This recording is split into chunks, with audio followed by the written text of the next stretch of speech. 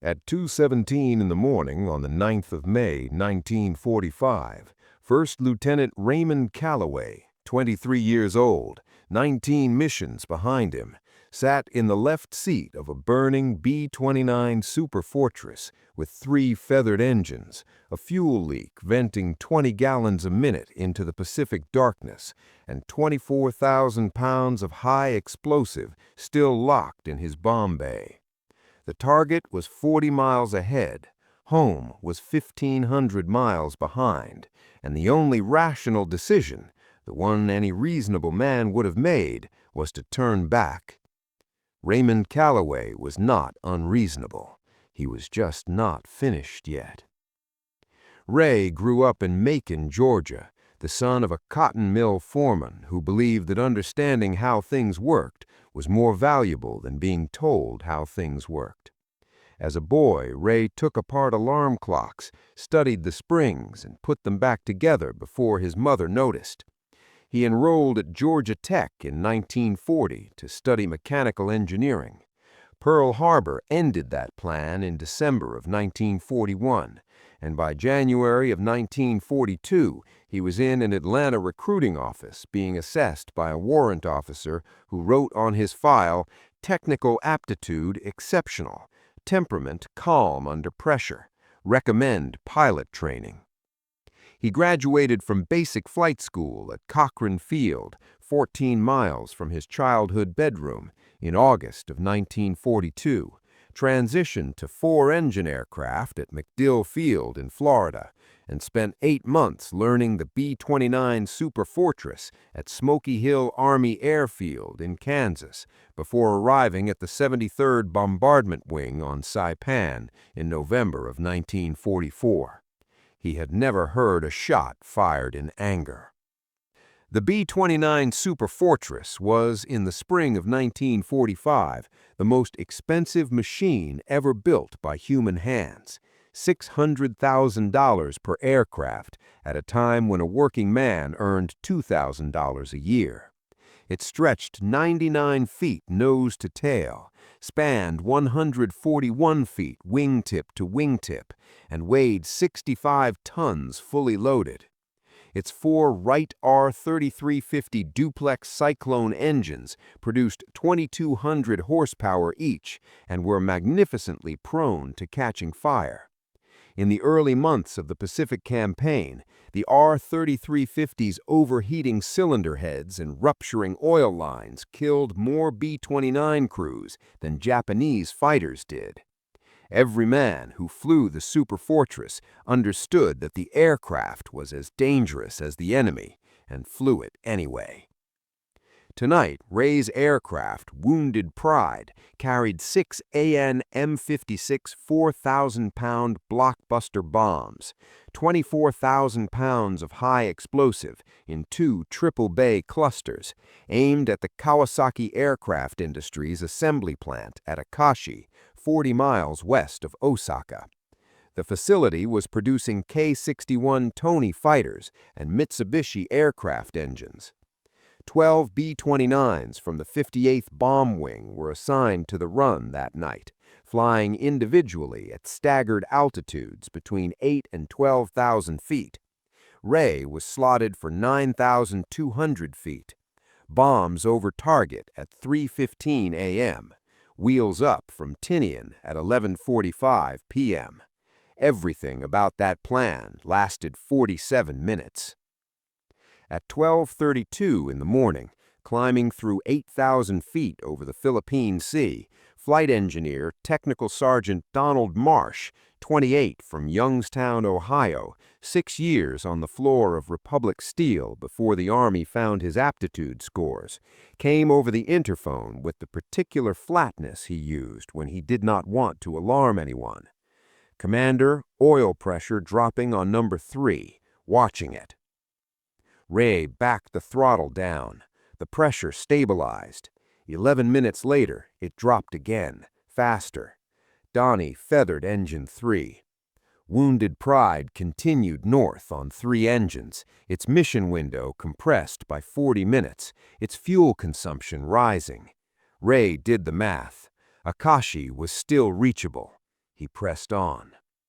At 1:31 a.m., the Japanese night fighter found them, almost certainly a Nakajima J1N1S Gecko, the Moonlight, a twin-engine heavy fighter fitted with oblique upward-firing 20mm Type 99 cannons designed to attack B-29s from below, where they were unprotected. The pilot was exceptional. His first pass was invisible. The first sign of him was a sound Ray later described as God pulling a zipper, cannon fire stitching across the left wing between engines 1 and 2, punching 3 holes through the forward bomb bay bulkhead and striking the left main fuel cell. Aviation gasoline began venting into the slipstream at roughly 20 gallons a minute into the Pacific darkness, and 24,000 pounds of high explosive still locked in his bomb bay. The target was 40 miles ahead, home was 1,500 miles behind, and the only rational decision, the one any reasonable man would have made, was to turn back. Ray made his decision in 4 seconds. We continue to target. Donnie, give me number 2 as long as you safely can. George, recalculate our fuel with the Cell 4 loss.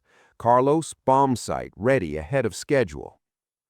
Navigator, First Lieutenant George Holt, 26, from Portland, a former merchant mariner who navigated by instinct and math with equal confidence, came back immediately. At the current leak rate, they would not reach Tinian.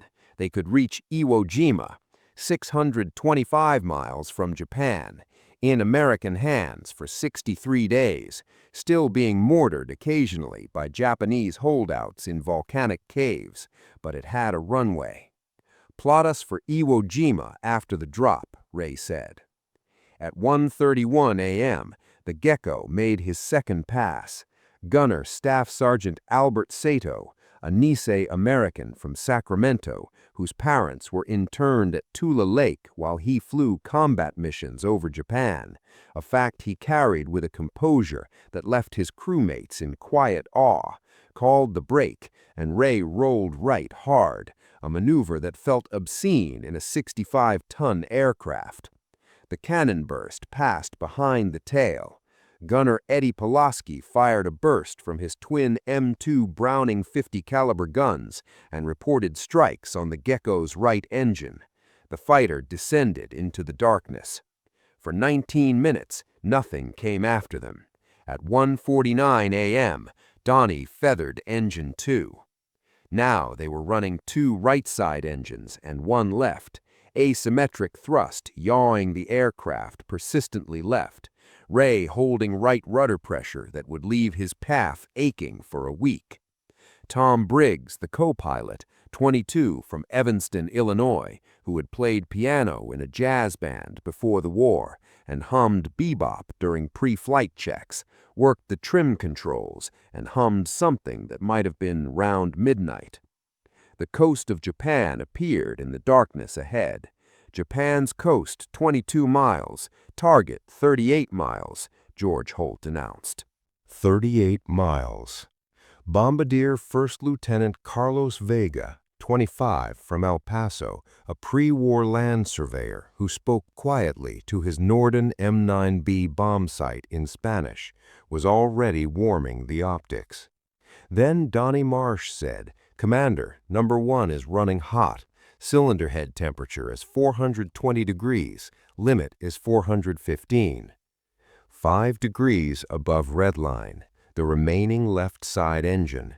If it seized, they would be flying on 2 right side engines over a Japanese city with 24,000 pounds of bombs they had not yet dropped." This is the moment you need to sit with for just a second, because Ray Calloway was not a reckless man. He was an engineer's son who understood springs and tolerances and what happens when you push a machine past its limits. He knew exactly what those numbers meant, and he still said, "We are not dumping the bombs. Donnie, keep number 1 alive for 30 more minutes, whatever you need to do." Donnie said, "I'll try." Just that. And if you know someone whose family flew these missions, or if this story is landing somewhere personal for you, I want to hear about it in the comments. But first, we have to get these bombs on target. At 2:09 a.m., Wounded Pride crossed the Japanese coast over the Kii Peninsula. The Type 4 Mark I ground-controlled intercept radar at Kobe found them almost immediately.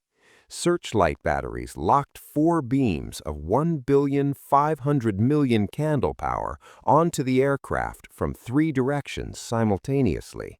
The cockpit became a white room. Anti-aircraft guns, 75mm Type 88 and 88mm Type 99 batteries, ringing the Akashi factory complex, began firing steel fragments into the sky at 2,362 feet per second. The first salvo burst 300 yards left. The second burst 150 yards above.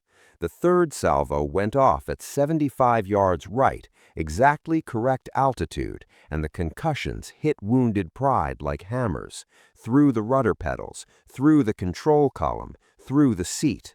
Fragments hit the fuselage like gravel on a tin roof, and engine number 1 began to cough. "Commander," Tani said, "number 1 is at 455 degrees, 4 minutes, maybe less." 4 minutes. The Akashi factory was burning at the perimeter. Someone had already hit it with incendiaries, and Carlos Vega could see his aim point. The distance was 4 miles. At 215 miles per hour, they could cover it in the time they had if they were already on approach heading. "Carlos," Ray said, "I need a 60-second bomb run. Call it now." Half a second of silence from the nose. Then Carlos, in his El Paso surveyor's voice, "Come left 2 degrees, reduce speed to 205, 45 seconds, stable flight. I can do it in 45. Ray came left, throttles back. Wounded Pride straightened as much as a 3-engine damaged aircraft under fire could straighten. The anti-aircraft fire thickened. The searchlights were locked, white and total. Engine 1 coughed and shook, the vibration visible in the throttle handles. Donnie Marsh was doing things to the fuel mixture that the operations manual would have described as inadvisable. Jimmy Whitfield called from the tail, 2 fighters climbing, 5 miles behind. The seconds counted down. Bombs away. All 6 AN-56 blockbusters left the bay in 1.4 seconds. 24,000 pounds gone. The aircraft lurched upward like a man putting down a refrigerator. Ray caught the pitch and rolled right immediately, away from the searchlights, away from the radar solution. Behind them, the 6 bombs took 41 seconds to fall 9,000 feet. Post-strike reconnaissance 4 days later would show 2 direct hits and 4 near-miss detonations within 60 feet of the main assembly building. The roof had collapsed inward across its entire length. But right now, none of that existed. What existed was Donnie Marsh's voice. Feathering 1. 2 engines, both on the right side, nothing on the left. Wounded Pride rolled left immediately. Ray applied full right aileron and full right rudder simultaneously. Tom Briggs put both hands on his column and added everything he had. Between them, they held the left wing to 15 degrees low instead of 30. Donnie advanced 3 and 4 to war emergency power, beyond rated continuous, the setting the manual permitted for a maximum of 5 minutes. The added right-side thrust made the yaw worse, but gave Ray enough airspeed for aerodynamic control, and slowly, agonizingly, the left wing came back up. They were descending at 2,000 feet per minute at 8,400 feet, with Japan somewhere behind them and Iwo Jima 628 miles ahead. "New course for Iwo," Ray said. George Holt had it ready. Right to 175. Estimated arrival 3 hours and 14 minutes. Fuel reserve on arrival 40 to 60 gallons. The two remaining R-3350s consumed 120 gallons per hour at current power settings. 40 gallons represented 20 minutes of flight. It was not a margin. It was the numerical expression of prayer. Then Ray found out about Jimmy Whitfield. Tail gunner Sergeant James Whitfield, 21, from Birmingham, Alabama, had taken an anti-aircraft fragment in the right thigh over Akashi. 3 inches long, half an inch wide. It had stopped 2 inches from his femoral artery. Jimmy had applied his own field dressing, cinched it tight, and continued calling his sector. He had not reported it. Eddie Pulaski found the blood pooling under his seat an hour into the return flight. "Why didn't you call it?" Ray asked. Jimmy said, "Didn't want to distract you while the engines were doing that." The flight surgeon on Iwo Jima later told Ray that Jimmy had sat on a wound 2 inches from his femoral artery for 1 hour and 40 minutes without a word. He said this with the face of a man who had run out of adequate language. The 3 hours and 11 minutes to Iwo Jima were the longest hours of Ray Calloway's life.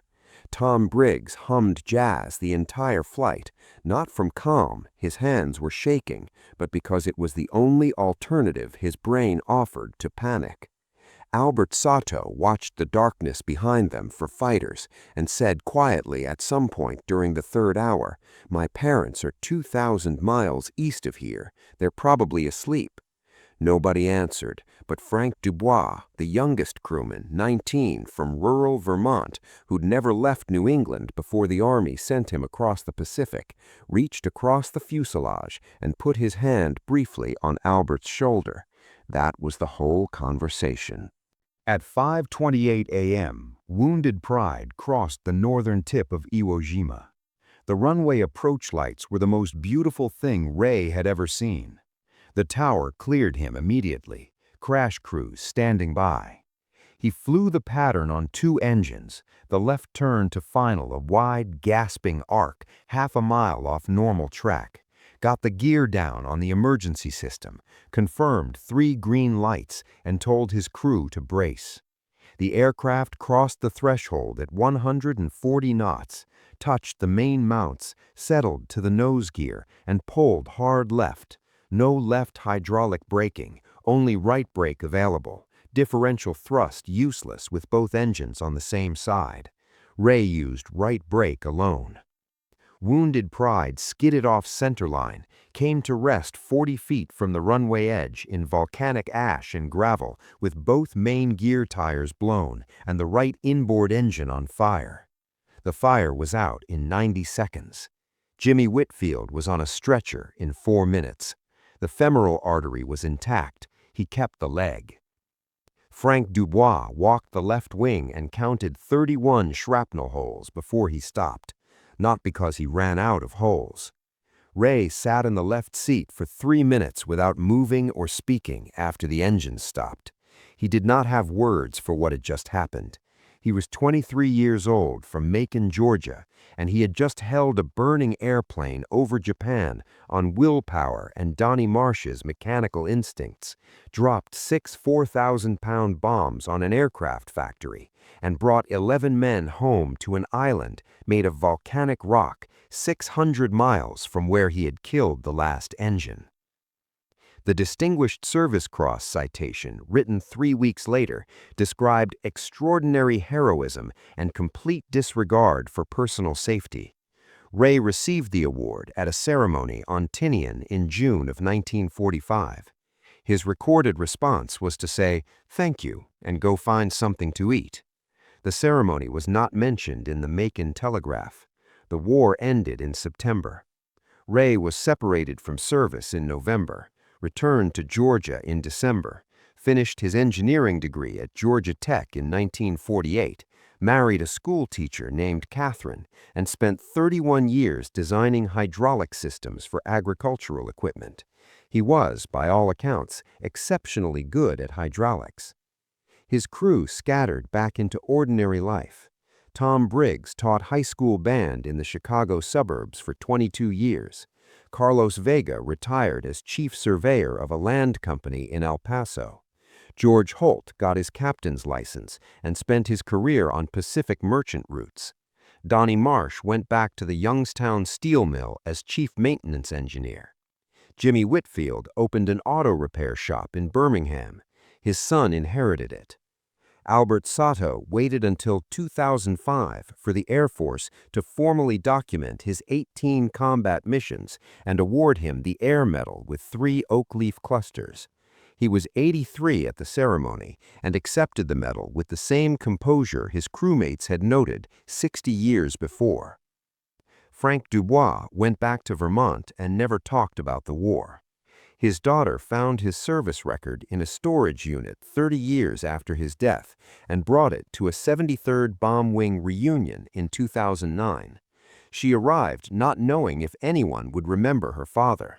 Ray Calloway was there, 87 years old. When she showed him the mission log page, he recognized the aircraft name immediately. He said, "Frank Dubois counted the shrapnel holes in the wing. He got to 31. She cried.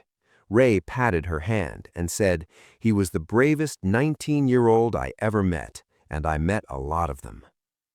The mission to Akashi on May 9, 1945, is now a case study in the Air Force's flight leadership curriculum at Maxwell Air Force Base, used specifically in the module on crew resource management and decision-making under degraded conditions.